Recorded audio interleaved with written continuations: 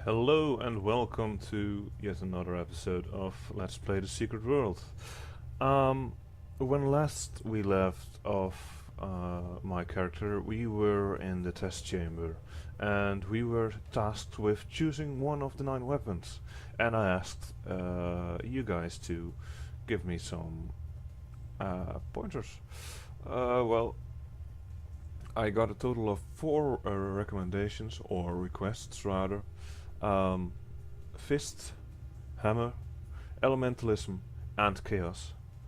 And since all of those that pretty much evens it out, I'm going to roll a d4 to decide what weapon I'm going to use.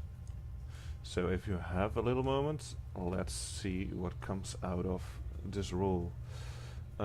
Fists will be 1, Hammer will be 2, Elementalism will be 3 and Chaos will be 4. So let's see what comes out of this.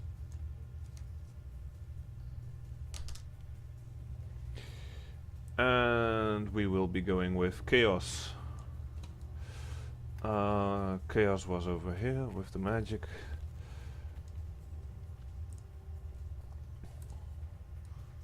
So let's grab it. Equip our stuff.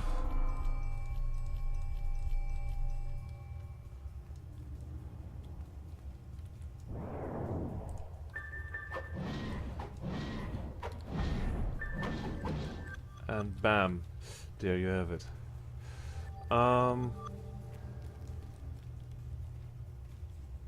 Let's see. Well, now that we have our weapon. This is the company line. You will use it to maintain contact in the field. Do you understand?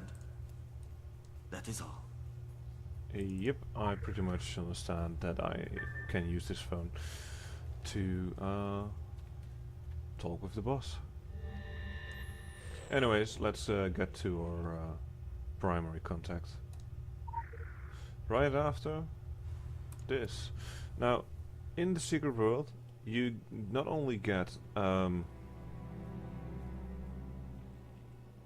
weapon that you're not stuck to the one weapon you choose. You actually can equip 2 weapons at the same time, and you can eventually learn all abilities and all skills for all 9 weapons if you want to put all the time into it. And as such, we will be switching up weapons at some point. And if the weapon that you chose, that you would like to see, it hasn't been chosen yet, I can definitely at some point pick it up to see what abilities it has to offer and to see what else I can do with it. Now here's something I always do, and you don't have to, but at least it's something I like to do, is I go back into the test chamber and grab the second weapon I want to work with. Now I'm going to check out the decks now, while we're in here. So let's see. Decks. That's the N button for the ability wheel, and let's listen to this. Welcome to the Council of Venice Digital Archives, and your online guide to surviving the secret world. The ability wheel. This is the ability wheel. The ability wheel is where you will train new abilities. Abilities are trained using ability points. You get additional ability points by gaining experience. When your experience bar reaches a threshold, you will receive a new ability point. As you train new abilities, you can drag these onto your ability hotbar. There are 2 types of abilities, actives and passives. Active abilities are triggered using keyboard shortcuts or by clicking the icons on the ability hotbar. Your passive abilities are automatically activated when equipped. Active abilities are linked to weapons. You must equip the correct weapon in order to use your abilities. You can equip 7 active abilities and 7 passive abilities simultaneously, along with 2 weapons. Keep an eye on your ability point counter. When you have new points available, you can train new abilities and expand your skill set. For more information on the ability wheel and abilities in general, please access the Council of Venice archives. Well, there we have our explanation about abilities and ability wheels. As you can see, this ability wheel has a total of 525 abilities on it. We already have 4 unlocked. We have 2 ability points, and you can save up to 175 of those to spend it once. If you go over the 175 limit, you will be wasting XP. We can put points into abilities like this, here and here. However, to actually get to the more interesting and more diverse chaos abilities, we will need to open up these 2 first. Same goes for assault rifles, pistols, shotguns, elementalism, blood magic, fists, hammers and blades. These 3 are an exception. Subversion will be more about trying not to get attention and not to die. Turbulence will be more about actually grabbing aggro and keeping it. And survivalism is about survivalism, as it says. It has abilities that make you faster, more resistant to knockbacks, stuff like that.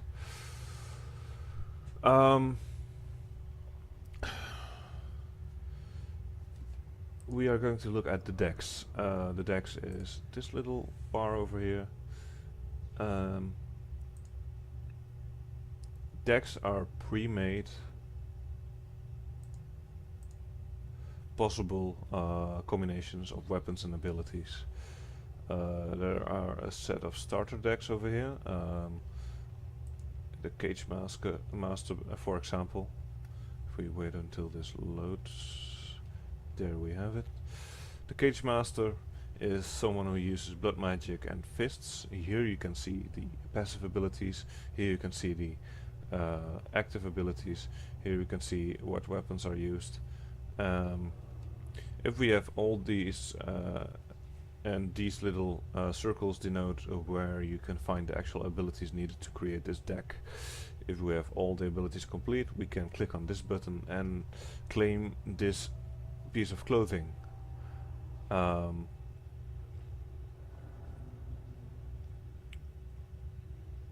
Here's a little description about how fighting with the Cage Master pretty much works out. And that's about it. That's the decks. There are 2 decks total who use the starter decks, at least, who use chaos magic. That is the Enforcer, which is a main focus on shotguns with a little side abilities from the chaos magic list. And there is the Trickster, which uses fists and chaos magic. Both are pretty interesting to play around with. And one thing about the starter decks, all of them, let's go through them all for the moment. We already saw the Cage Master, now here's the Champion. A little bit of Bruce Lee or Kill Bill with that suit. The Commando uses shotguns and assault rifles. The Enforcer, which we already showed off. The Haruspex with blood magic and elementalism. The Maverick, which uses pistols and blades. And here we have a Polarizer, elementalism and pistols. And a Punisher, which uses hammers and assault rifles. And the Trickster, which I just showed off. Now here are a lot more of these decks.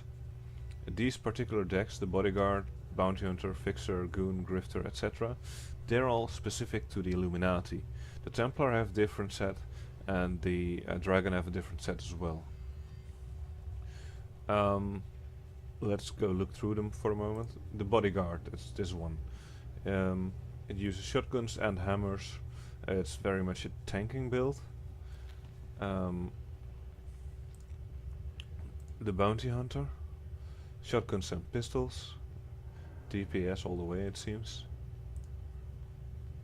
the fixer, fist weapons and assault rifles. And though the assault rifle and the fist weapons are both healing weapons, this is definitely a combination for DPS. I'm not checking the abilities all the way through, but this seems to me at first glance something that would actually work in PvP. The goon.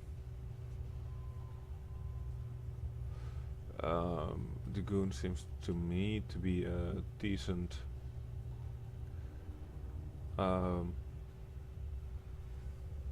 attacker. It has a bit of a heal in there, it has a bit of defense. It uses swords and hammers.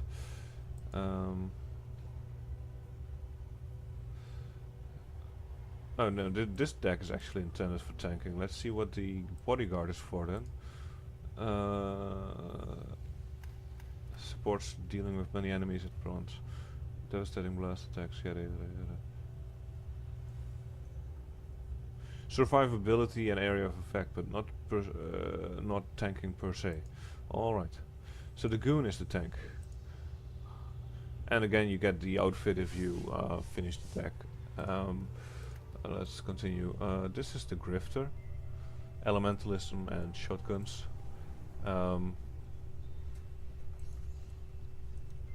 Next up is the pistols and elementalism,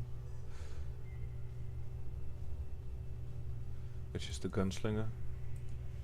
The illusionist over here, chaos and hammers.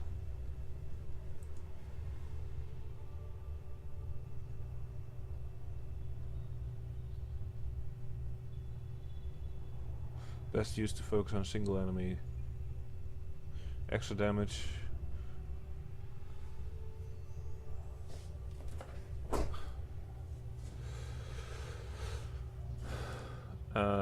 Here we have the mercenary. Oh. The mercenary is assault rifles and elementalism, and very much damage focused. I believe this one would work pretty well on PvP as well, but I need to actually check out the abilities and try some of it before I can be certain. This is the healing build. It's focused on leeching with the assault rifle and using blood magic to shield and do extra heals. It's called the Necromancer. This is the Slayer. DPS all the way. Blades and assault rifles. Thaumaturge. Blood magic and fists. Big focus on damage. Over time. Single target. As far as I'm aware at least. It uses a lot of the inner ring abilities over here, as you can see. The first 4 to be precise. And this is the Panoptic Core. The Panoptic Core is something that each faction can get, each character can get it by getting all 525 abilities in this wheel unlocked. And then you can claim this reward. It's a bit Tron-like in my personal opinion, and I would like to get one on at least one of my characters. That said, we are probably, it's best off trying out a starter deck, and a good starter deck to begin with would be the Trickster in my personal opinion. Since this uses fist weapons, I'm going to grab myself a pair of fist weapons right here, right now. There are melee weapons over here, and here's someone wearing a Panoptic Core, so here you can see it. That's the Panoptic Core. And those are ski glasses. Anyways, fist weapons. Right over here, we can grab them. So after we actually finish that mission to grab our first weapon, we can come back in here and grab any weapon we want. So let's go into our inventory and equip this. There you have it. This little bar here, I can put this over here, and let's put the chat window a bit higher, and now we can press the pin now if we close our inventory, this one will start. This is a hotbar for healing items and such. Let's get out. We have some skill points to spend and some ability points. We are going to start to work our way towards the deck we just chose. And let's see, what do we need from the fist weapons? We need to lick your wounds, which is a pretty good, and wild at heart, which is pretty far in the line. And over here we need hog wild. Let's buy the claw ability and the sharp claws ability. We don't need them, so we're going to pull them out of the window, but we at least have them now. And for our skill points, Welcome to the Council of Venice Digital Archives, and your online guide to surviving the secret world. Character skills. This is the character skill interface. You can train your weapon and talisman skills using skill points. You receive a new skill point when your experience bar fills up. Every weapon has 2 different skill paths. These will vary based on weapon type, although damage is always one of the 2 paths available. Distribute your skill points in order to focus on a specific playstyle. The higher your weapon skill, the higher quality weapons you can equip. You will also need to put skill points into your talisman skills in order to equip higher quality talismans. Whenever you see the skill point icon, make sure to open the character skill interface in order to distribute your new points. For more information on character skills, please access the Council of Venice archives. well, that was the Council of Venice again with a helpful tutorial. The Council of Venice, by the way, is pretty much the governing body for the secret world. All those factions in the secret world, they are warring and going head to head, and to keep everything from spilling out into the normal world where you, me and everyone else is living, the Council of Venice is trying to keep a lid on it and trying to keep everything within certain boundaries. Let's go to our chaos. Now for chaos we can choose damage or survivability. If we choose damage, we get the skill calamity, which means our chaos abilities have a 10% chance to trigger the calamity effect, dealing 31 magical damage. So there's extra damage. And here we have the fleeting fortress. When you evade an attack, you receive the fleeting fortress effect, causing the next attack against you to deal 80% less damage. So it's either we deal more damage, we get a chance to deal more damage, or we get a chance to deal less damage.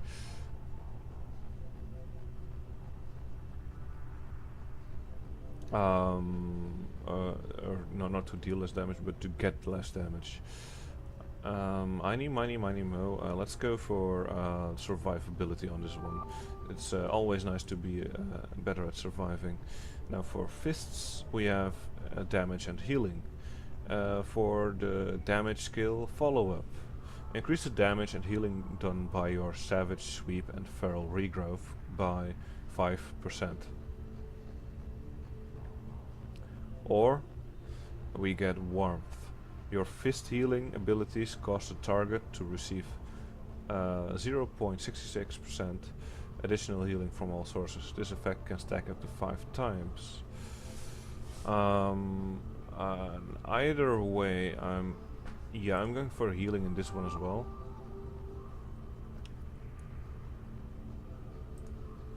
So, as you can see, despite the fact that I didn't put a point in this, I do have skill level 1 in fist weapons now and skill level 1 in chaos. In that matter, it's better to just focus on the one skill line instead on both, because that leaves more skill points left to also get blood, for example, or maybe elemental or assault rifles or whatever. And of course you also need to put points in these 3. These 3 are for your other equipment pieces. The talismans. The head talisman will get you magical protection. as well as, of course, allowing you to equip better talismans of that type. The major talismans will give you more health. The minor talismans will focus on giving you more physical protection. So these three are very important, all things considered. Now that we're done with this, let's find our contact. Start sprinting.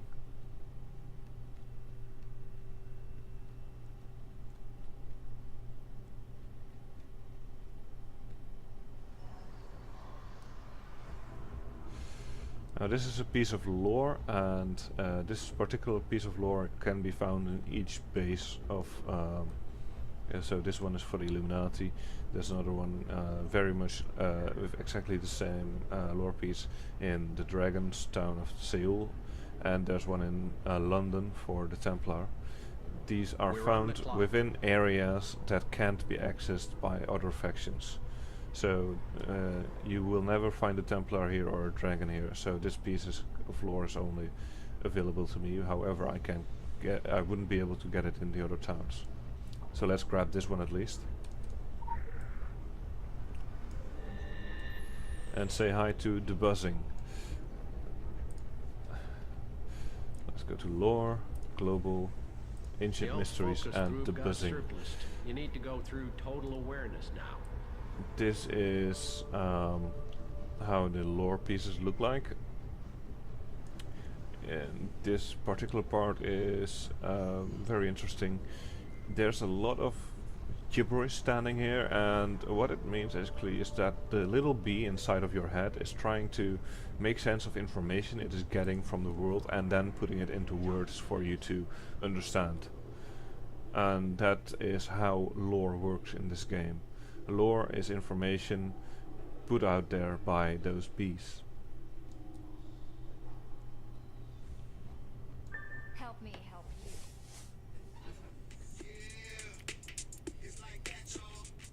I fucking love old school hip hop, don't you? Projecting indecision is a big no-no. Always smile.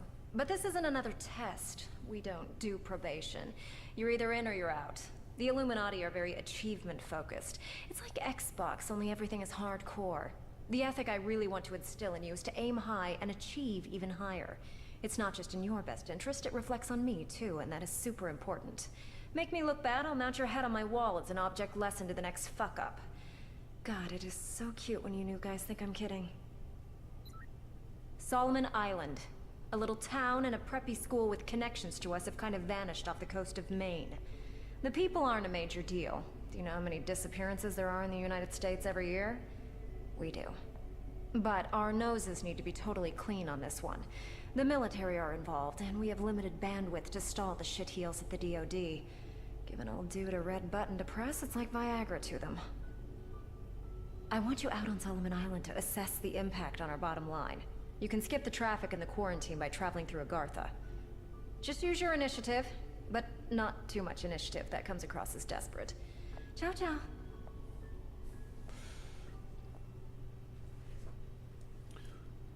Right, and that was Kirsten Geary. Let's see what she has to say about herself. I was an ordinary valley girl. Major in human resources, daddy in real estate who paved our driveways with his gold cards and shitty cologne. Rest in peace. Until one night in the hills, a couple of guys who were up to no good fucked with the wrong girl. Frat boy necromancers. Ugh, the worst. Especially when they man up from sacrificing neighborhood pets to abducting undergrads. But they didn't check me for mace or duct tape, and the next thing you know, it's all, "You can't do this to us, bitch, we're Illuminati." Now, I got to thinking, A, if you're a member of a secret society, you should keep that to yourself. Even under torture. I mean, seriously, cry me a river. And B, only my friends call me bitch. Well, anyway, to cut a long, aggravated assault short, I realized Illuminati clearly needed to work on their employee handbook. Now, I had just graduated, just killed a few guys. I was looking for work placement. It was totally serendipitous.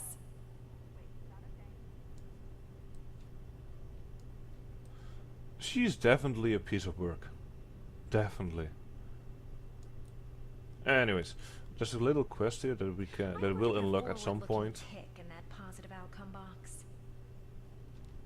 That we can pick that up later. It's for an auxiliary weapon called the rocket launcher.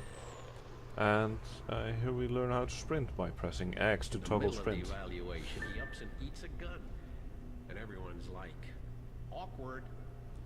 And here we have the exit. Now right there, this part is where people will get knocked back if they are not part of the Illuminati. There's a little force field there if you're not of the same faction. And welcome to the warehouse. Now in the warehouse there's a few more pieces of lore to find, but I'm not going to bother with those either. We are going to focus on getting to Agartha. Agartha, the Hollow Earth. Let's let that lore piece stay there and get down here. This will be your main way of getting around in the world. As you noticed, just when we entered, got to the entrance, there were a lot of glowing bees buzzing around, and yeah, the very same that you ate at the start of this let's play. And there will be more inside here, though because it's such a big place, you don't notice them much.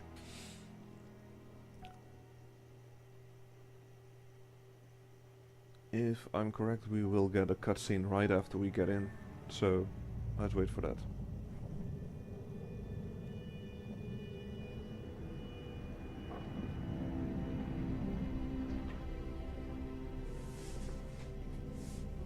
Hello? Yes? Now this is the Hollow Earth, Agartha. I do hope you're not here for the local service. It's running somewhat tardy. And by my watch, it's 100 years overdue at 1/4 the hour. Judging from the cut of you, you're more of a world traveller. Well, you've come to the right place. This underground realm, like the great British rail system, is the very model of efficiency. Agartha's thoroughfares sprout from the Tree of Life and connect back to the surface. Distance and time bend in here. Why, you can cross the globe in a brisk walk. Now, of course, it's perfectly safe. No one's entirely sure how it works. Quite bedeviled the science boffins, but I'm assured they have their top men on it. Top men. Now, you'll need one of these. Mind your fingers. Thank you. Fascinating devices. Fortunately, there's still enough to hand out like sweets. Consider it your anchor to the Hollow Earth. It can return you here in a flash, proverbially and quite literally. Well then, onwards to the New England coast, what? Yes, on to the New England coast. What? Anyways, this is the station master. He has some information. It's kind of... He has a few nice pieces about himself, but let's see what he says about Agartha. You'll get used to the balmy temperature. It's for the bees. They prefer it. Their honey is remarkable, though the aftertaste, a little like machine oil. Her Majesty once commented favourably on Agartha to me. A work of quite miraculous craftsmanship. I believe to tour it was one of her few joys after Albert passed. So the royal family of the United Kingdoms is actually aware of the secret world and Agartha. That's interesting to know. Well, try not to approach all this as something unnatural. It may not follow the accepted theories of the Earth's consistency. I assure you, though, it is very much a part of our world. Right. Because we are in the hollow Earth, despite the fact that the Earth shouldn't be hollow at all. Over the years, these halls have expanded and contracted with the growth of the tree. Like breathing, I expect. Fresh branches find their way to the surface, to many different surfaces. Yeah, all these branches and all these portals are reaching to different areas. If we follow this branch up there, we can get to the New England coast. And there's also Egypt, and Transylvania is open at the moment. Of course, there are also other portals. I know there's one to Venice at some point. The older growth, further down, leads to other places in other times. Stacked like those Russian dolls that were all the rage in Paris. Why, I encountered myself as a young man once. Curious thing. That would be really curious. Anyway, if you look down here, you can see that black stuff. That's corruption. Corruption as in there is something dark creeping up through Agartha, and it's up to us to stop it. And let's grab this. Again, the buzzing. I'm guessing that the previous one we came across was also the buzzing, but I'm not too sure. But yeah.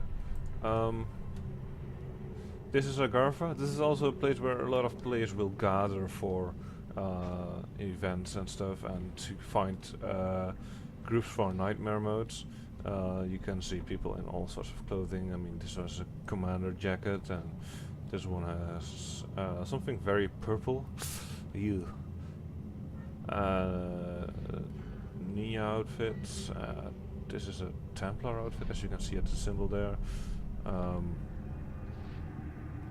There's all sorts of people and all sorts of clothing options, and they're all running around here willy-nilly, and it's fun to look around, see what you can come across. And we will be visiting here before a lot of times, and as such, we actually got this little Agartha conduit, which is like a Hearthstone, only it goes one way to this place right there. Those three portals right there are New York, London, and Seoul, and this is to our next destination.